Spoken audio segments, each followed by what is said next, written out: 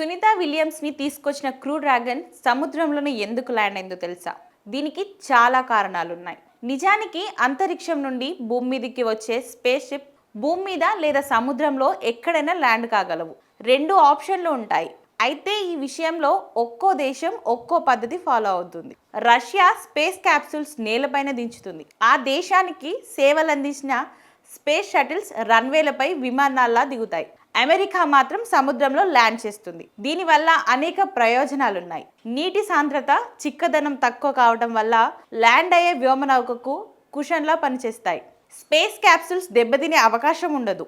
ఆకాశం నుండి దూసుకొచ్చే space ship అన్నిసార్లు ఖచ్చితంగా ఫలానా ప్రదేశంలో ల్యాండ్ అవుతుందని చెప్పలేరు. సముద్రం చాలా విశాలంగా ఉంటుంది కాబట్టి ఎక్కడ ల్యాండ్ అయినా ఇబ్బంది ఉండదు. అనుకున్న చోటికి కాస్త అటు ఇటైనా సమస్య ఉండదు. పైగా ల్యాండ్ అయిన తర్వాత వ్యోమనౌక ఉన్న ప్రదేశానికి సహాయక బృందాలు చేరుకోవడం తేలిక కూడా. అయితే రష్యా సముద్రం కాకుండా నేలపైన దింపడానికి కారణం రష్యాకు సముద్రం అనువుగా లేకపోవడమే. రష్యా పక్కన బ్యారెట్ సీ, లాఫ్టెవ్ సీ, తూర్పు సైబేరియా సముద్రం ఉన్నాయి. కానీ వీటిపై వాతావరణం ల్యాండింగ్ కి అనుకూలంగా ఉండదు. ఇక్కడ నీరు చాలా చల్లగా ఉంటుంది. వ్యోమనౌకలోకి నీరు లీక్ అయిందంటే ఆస్ట్రోనట్స్ గడ్డ కట్టుకుపోయి చనిపోయే ప్రమాదం ఉంటుంది.